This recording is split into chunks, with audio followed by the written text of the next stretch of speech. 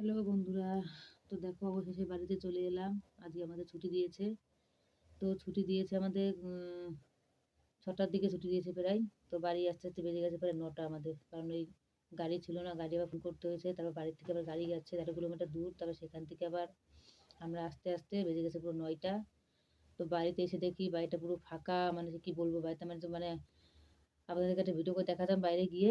তো তোমার বাইরে যেতে ইচ্ছা করছে না, খুবই মানে ক্লান্ত হয়ে গেছি, তাই বলছি যে বাড়িতে এসে দেখেছি পুরো ফাঁকা শ্মশানের মতো হয়ে গেছে বাড়িটা। সেই জ্বরে শুকনো শুকনো, তারপরে মনে হচ্ছে কি কতদিন যে বাড়িতে নেই, 3 দিন ছিলাম না বাড়িতে। তো ঘরের ভিতরে এসে মনে হচ্ছে যে অনেক দিন বাড়িতে নেই আমরা, সে কেমন যেন লাগছে। একটা ভয়ঙ্কর ভয়ঙ্কর মানে একটা ভয় ভয় দুক দুক করছে বুকের ভিতরে। তারপরে তোমার দাদাকে নিয়ে যে বাড়িতে চলে এলাম, দাদা এখন একটু সুস্থ আছে।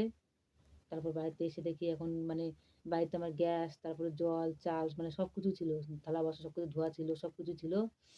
আর আমার এই ভাগ্যিস কটা সবজিও ছিল।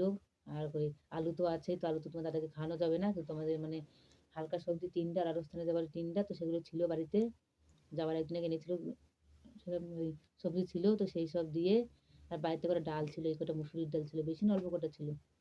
তো মুসুরির ডাল দিয়ে আর চাল দিয়ে আর এই 3টা কেটে দিয়ে, তারপরে একটু হলুদ লবণ দিয়ে একটু পাতলা পাতলা ফেনা পাতে একটু খিচুড়ির মতো দিলাম বানিয়ে। তো বানিয়ে দাদাকে খাওয়ালাম, খাওয়ানোর পর খেয়েছে এইমাত্র। তারপর আমি খেলাম, বাচ্চা দুটো খেলো।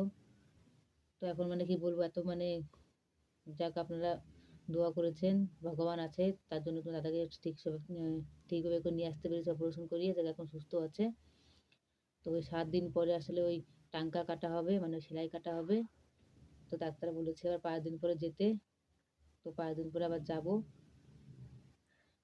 আর কি বলবো বলো বন্ধুরা, ভিডিও তো এখন থেকে আপনারা ভালো ভালো ভিডিও পাবেন। আপনার দাদা একটু সুস্থ হয়ে যাক, 15 দিন তো সুস্থ কম সময় লাগে। এখন থেকে এক দেড়তে ভিডিও দিয়েই যাবো আমি, আর আপনারা একটু বেশি বেশি করে সাপোর্ট করবে আমাকে। আর আপনারা আমার ভিডিওটা একটু বেশি বেশি করে শেয়ার করবে, আর যত পারবে ভিডিওটা সাবস্ক্রাইব করবে। দেখো আমার গরমেতে মাথা ফুলে ফুলে গেছে, এখানটা একটা ফোড়ার মতো হয়েছে, ব্যথা করছে। তারপরে এইখানটায় দেখো, এই যে এইখানটায় ফোড়া উঠে যাচ্ছে, মাথা ভরে লাল লাল লাল লাল ফোড়া ফোড়া উঠে গেছে মাথায়, কারণ আমি তো মাথায় এরকম দম বন্ধ হয়ে থাকিনি কখনো, উন্না মুখে পেঁচিয়ে মাথায় ধরে। তো এবারে 3 দিন ধরে পুরো লাগাতার ছিলাম মাথায়, মানে উন্না দিয়ে পুরো মুখ ঢেকেছিলাম। আপনারা তো বুঝতে পারেন যে মুখ ঢেকে রয়েছে কেন, ভিডিওতে বলে দেখাচ্ছে না, বৌদি নাকি এটা চেনা যাচ্ছে না, অনেকে বলেছে আমাকে কমেন্টে। তো আসলে আমাদের এখান থেকে মানে ডালস্থানে কেউ তো ভিডিও করে না, ভিডিওকে ভিডিও করতে গোপনে করে, কেউ আসলে জানতে পারে না, কারণ জানলে অনেকে একটু মানে খারাপ ভাবে। তো তার জন্য এই যে মানে আমি রাস্তাঘাটে হোক, যেই হসপিটালে হোক, যে কোনো জায়গায় যাই, তো আমি মুখটা করে বেঁধে তারপর ভিডিও করি। তাতে তাই আপনারা বলেছেন যে মুখ ঢেকে ভিডিও করো কেন বৌদি, চেনা যাচ্ছে না কে। তো ওই জন্য ভিডিওটা করি আমি, কারণ এখানটা কেউ তো ভিডিও করে করে না।